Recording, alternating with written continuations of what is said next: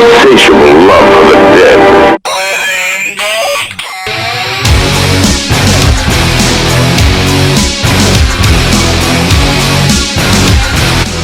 And my guilty pleasure for this week is... ta-da! The Return of the Living Dead.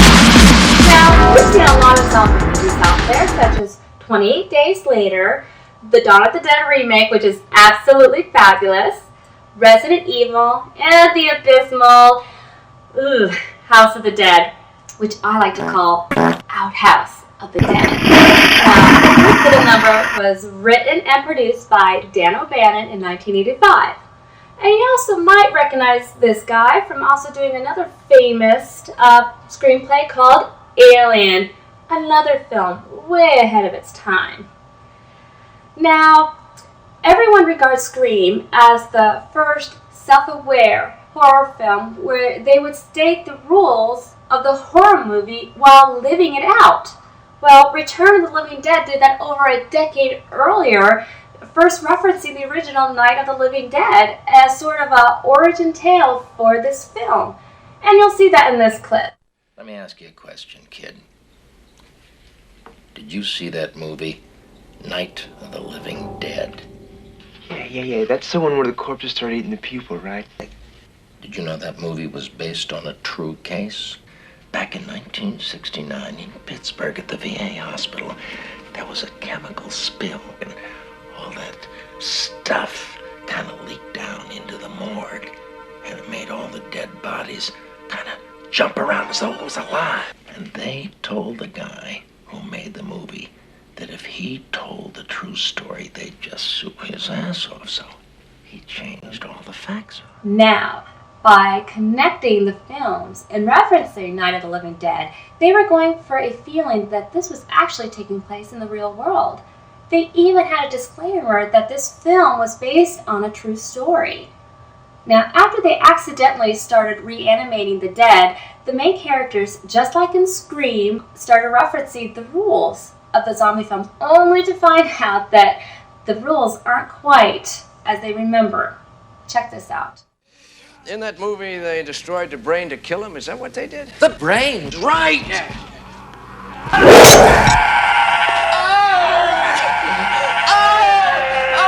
What the hell's going on, Bert? The brain! The brain! I hit the fucking brain! Hurry up!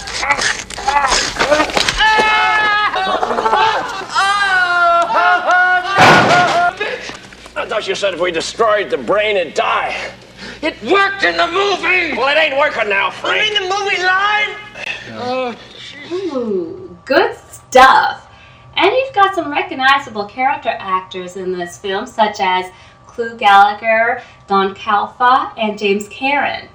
Now, the quality of the acting brought a sense of realism to the story, even as the level of mayhem escalates. As you'll see in this next clip, these are zombies unlike anything we've seen up until this time.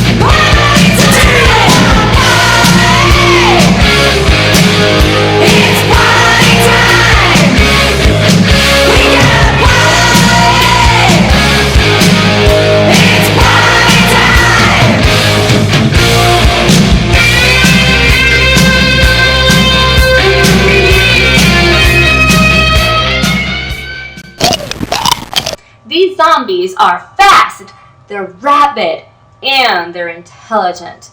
As police and ambulances get attacked, you'll see zombies getting on the radio impersonating a cop and asking for additional personnel to be sent and eaten.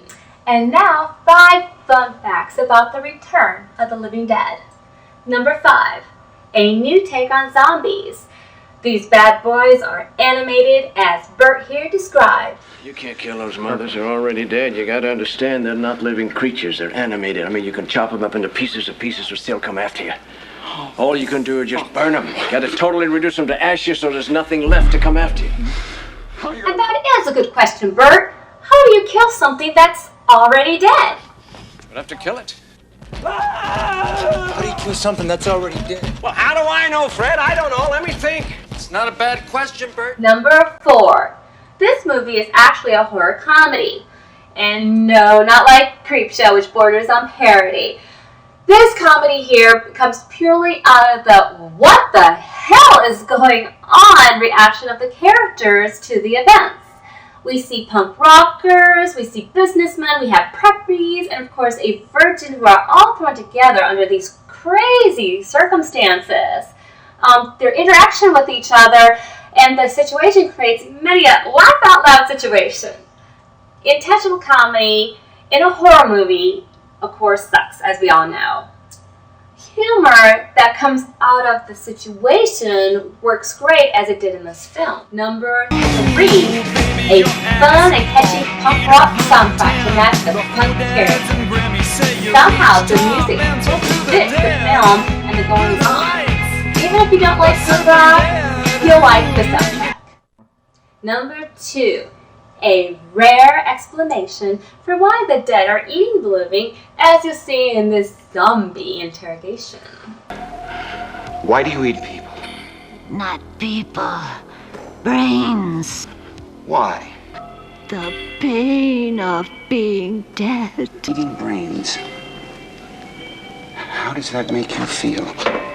It makes the pain go away. It does make me curious. How do you kill something that's already dead?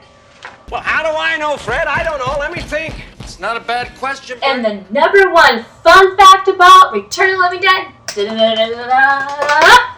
we get to see the major motion picture debut of legendary scream queen Linnea Quigley, who would go on to star in such low-budget films that I love so much, such as Hollywood Chainsaw Hookers and Sorority Babes at Slimeball Bolorama. And she spends the entire time buck naked, and she does a striptease on a tombstone. Well, check it out. They recently released it to DVD in a special edition with a few extras like a documentary, an audio commentary, and even an image gallery. Now you can get it at Best Buy for a mere $10. Interesting side note. Now, for years, fans have been passing around a working print, which has alternate and additional scenes. They have different dialogue and even a different ending. However, the copies I've seen have always been of low quality, but they've been interesting nonetheless. I'm your video vixen, and that's my pick for this week. My little guilty pleasure. Until next time, I'll leave you with this question. Kill something that's already dead. How do I know, Fred? I don't know. Let me think. I dance Not a among bad the question, dead, Bert. but very soon I'll need to hunt the scent of blood instead. Rising from your earthbed, it thickens in the air. A smell gone sweetly rancid. I know that you are near. I mean, I got something to say, you know? What do you think this is a fucking costume? This is a way of life. Yeah. Hey, what's wrong with you, man? Show some fucking respect for the dead, will you? I know you think I'm nasty, but I am no common girl. I once slept with the devil. It was really no big thrill. The passion of the killers who lie awake for me to show me my own meaning of death and ecstasy. No, I goofed it up. I have to do that all over again now. It's not a bad question, Bert.